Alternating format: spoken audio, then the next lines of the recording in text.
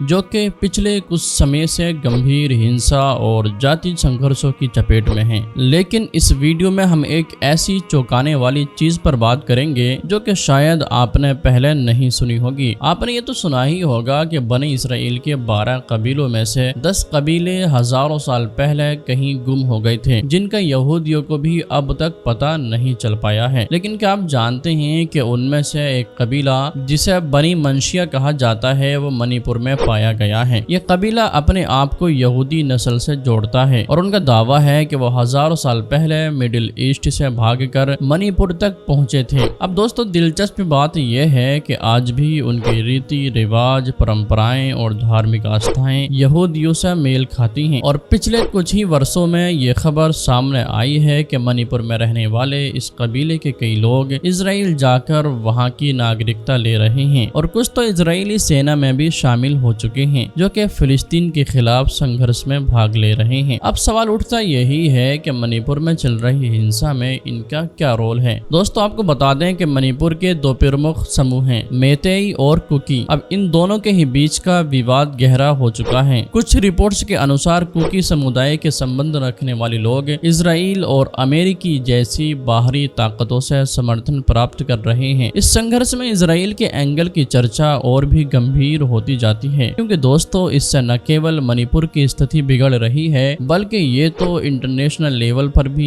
ایک بہت ہی زیادہ پریشانی کا مدعا بنتا جا رہا ہے۔ کیا منی پور میں باہری طاقتوں کی دخل اندازی ہے؟ کیا یہودی قبیلے کی یہاں موجودگی کسی بڑے خطرے کی اور اشارہ کرتی ہے؟ اور آج کے اس دور میں اسرائیل کے ساتھ مل کر ایسا کیا کر رہے ہیں جو یقینی طور پر انڈیا کے لیے بہت ہی بڑے خطرے کی گھنٹی ہے؟ چلیے دوستو، سب سے پہلے تو ہم لوگ تھوڑا سا ہسٹوریکل کانسیپٹ پر نظر ڈالتے ہیں۔ جیسے کہ ہم سبھی لوگ جانتے ہیں کہ جب پروفیٹ حضرت ابراہیم علیہ السلام کو نمرود کی آگ سے نجات دی گئی تو آپ فلسطین کی طرف ہجرت کر گئے۔ اس وقت آپ کی 2 الگ الگ بیویوں سے آپ کے 2 بیٹے پیدا ہوئے، جن میں سے ایک بیٹے پیدا ہوئے حضرت اسماعیل علیہ السلام، جن کی اولادیں عرب لوگ تھے، اور جن کی اولاد میں ہی پھر پیغمبر حضرت محمد مصطفیٰ صلی اللہ تعالی علیہ وسلم کی بھی پیدائش ہوئی۔ جبکہ دوسری بیوی سے ایک بیٹے پیدا ہوئے تھے، ان کا نام تھا حضرت اسحاق علیہ السلام۔ پھر ان کے بھی بیٹے کا نام تھا حضرت یعقوب علیہ السلام، جن کا لقب یا کہیں جن کا دوسرا نام اسرائیل ہوا کرتا تھا۔ اس لیے ان کی پھر جتنی بھی اولادیں ہوئیں ان کو آگے بنی اسرائیل مطلب اسرائیل کی اولاد کہا جانے لگا۔ اور تو اور دوستو، قرآن میں بھی جتنی جگہ ہم بار بار بنی اسرائیل کا لفظ پڑھتے ہیں یا پھر سنتے ہیں، وہ دراصل انہی کی اولاد کو ذکر کرتے ہوئے قرآن پاک میں مینشن کیا گیا ہے۔ حضرت یعقوب علیہ السلام کے ٹوٹل 12 بیٹے تھے، جبکہ ایک بیٹی ہوا کرتی تھی جن کا نام تھا دینا۔ 12 بیٹوں میں سے 10 بیٹے تو ایک ماں سے تھے، اور جبکہ حضرت یوسف علیہ السلام اور ان کے بھائی بنیامین ایک دوسری ماں سے تھے۔ حضرت یعقوب علیہ السلام کی ان 12 ہی بیٹوں میں سے ایک نسل ان کی آگے بڑھی تھی،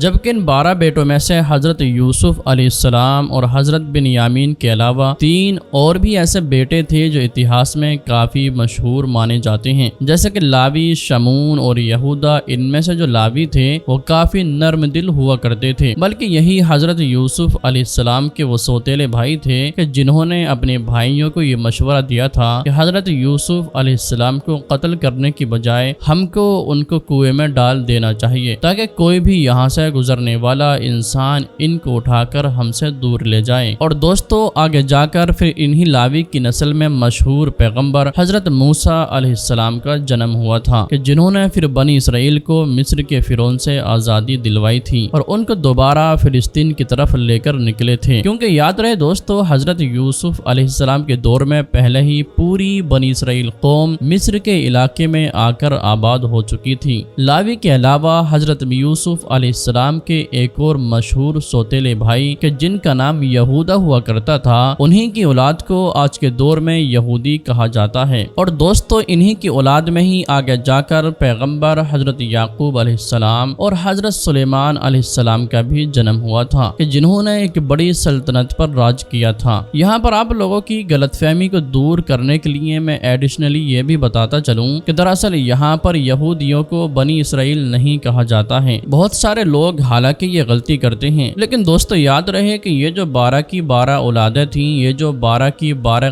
قبیلے تھے ان سبھی کو ملا کر بنی اسرائیل کہا جاتا تھا، نہ کہ صرف یہودیوں کو، بلکہ یہودی تو ان 12 قبیلوں میں سے، یا پھر یہ کہہ سکتے ہیں کہ ان 12 بھائیوں میں سے صرف اور صرف ایک ہی بھائی یہودا کی اولاد ہیں۔ لیکن یہاں پر اب فوراً یہی سوال بھی کھڑا ہو جاتا ہے کہ یہودا کی اولاد تو یہودی ہیں، لیکن جو باقی 11 بھائی تھے، جو باقی 11 قبیلے تھے، وہ کہاں ہیں؟ تو دوستو اس کا جواب یہی ہے کہ حضرت سلیمان علیہ السلام کے اس دنیا سے چلے جانے کے بعد ان کی حکومت سیویل وار کی وجہ سے کمزور ہو کر 2 ٹکڑوں میں بٹ گئی تھی، کیونکہ حکومت کی گدی یہودا قبیلے کے پاس تھی، تو صرف بنیامین قبیلے کو چھوڑ کر باقی 10 قبیلے باغی ہو گئے اور انہوں نے اپنی سلطنت کو ہی بیچ میں سے توڑ ڈالا۔ مطلب یہودی اور بنیامین ایک ہی طرف رہے اور انہوں نے اپنی سلطنت کا نام رکھا تھا کنگڈم آف جودا، جبکہ باقی بچے ہوئے 10 قبیلوں نے جس سلطنت کی بنیاد رکھی اس کا نام رکھا تھا کنگڈم آف اسرائیل۔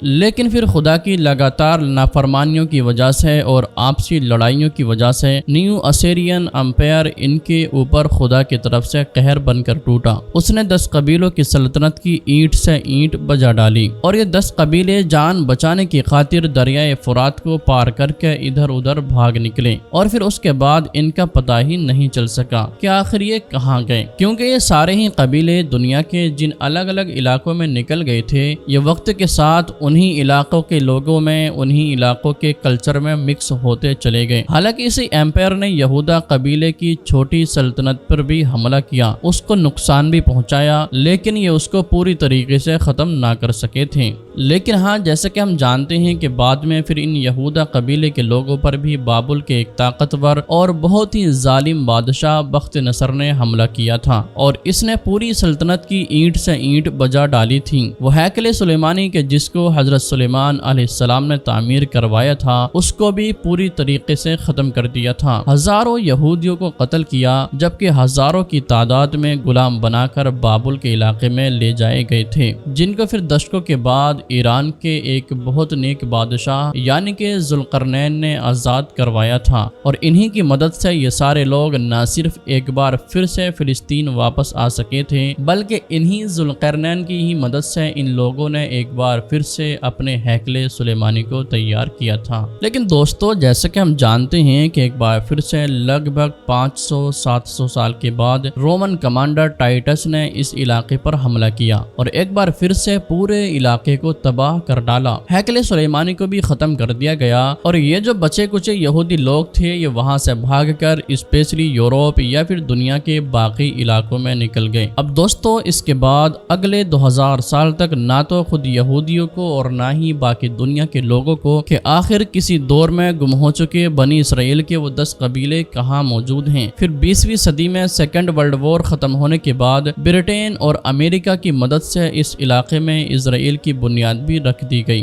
جس کے تحت پھر دنیا بھر کے علاقوں سے یہودیوں کو بلا کر یہاں پر لا کر آباد کیا جانے لگا، جس کا سلسلہ ابھی تک لگاتار جاری ہے۔ یہودا کی نسل میں پیدا ہونے والے ان یہودیوں کا یہ عقیدہ ہے کہ ہماری توریت کے مطابق آخری دور میں ہمارا مسیحا آئے گا اور وہ ہمارے گمشدہ سبھی 10 قبیلوں کو ایک جگہ اکٹھا کرے گا، یعنی کہ ٹوٹل 12 قبیلے ایک جگہ پر جب جمع ہو جائیں گے اس کے بعد ہی وہ ایک بڑی سلطنت قائم کریں گے، بالکل ویسے ہی کہ جیسے حضرت سلیمان علیہ السلام کے دور میں ہوا کرتی تھی۔ اسی سلطنت کو یہ لوگ گریٹر اسرائیل کا نام دیتے ہیں، جس کا باقاعدہ ان لوگوں نے میپ تک جاری کر رکھا ہے، جو کہ آپ لوگ گوگل پر سرچ کر کے دیکھ سکتے ہیں۔ تو دوستو، اس سینکڑوں سال یا پھر یہ کہہ سکتے ہیں کہ اس ہزاروں سال کے اتہاس میں دنیا کے الگ الگ علاقوں میں رہنے والے بے شمار لوگ یا الگ الگ قبیلے یہ دعویٰ کرتے ہی رہے ہیں کہ ان کا تعلق انہی گمشدہ 10 قبیلوں میں سے کسی ایک قبیلے کے ساتھ ہیں، لیکن ظاہر ہے اس طرح کا دعویٰ کرنے والے لوگ زیادہ تر کوئی بھی ایسا پختہ ثبوت نہیں دکھا پاتے ہیں کہ جس سے یہ بات بالکل کلیئر ہو سکے۔ لیکن ہاں، اس معاملے میں منی پور کا قصہ کچھ الگ ہی نظر آتا ہے۔ دراصل دوستو، اسی دور میں ہی یعنی کہ لگ بھگ 2-2.5 یا پھر 3,000 سال پہلے ہی انہی 10 قبیلوں میں سے ایک قبیلہ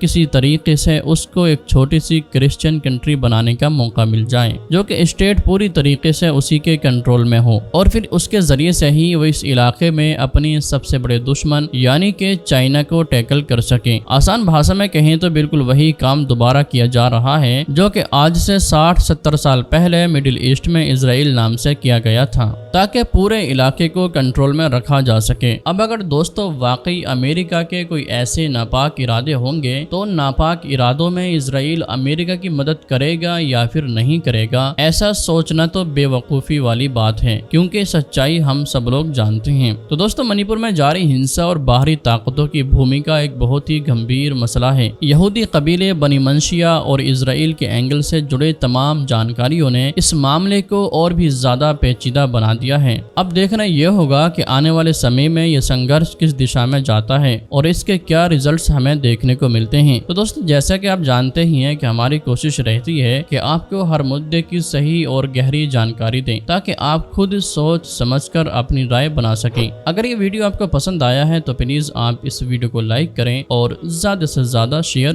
ضرور کیجیے، اور اسی طرح کی نالجبل اور انفارمیٹیو ویڈیوز دیکھنے کے لیے ہمارے اس یوٹیوب چینل کو ضرور سبسکرائب کریں، اور اگر آپ لوگ فیس بک پر دیکھ رہے ہیں تو آپ اس کو فالو ضرور کریں۔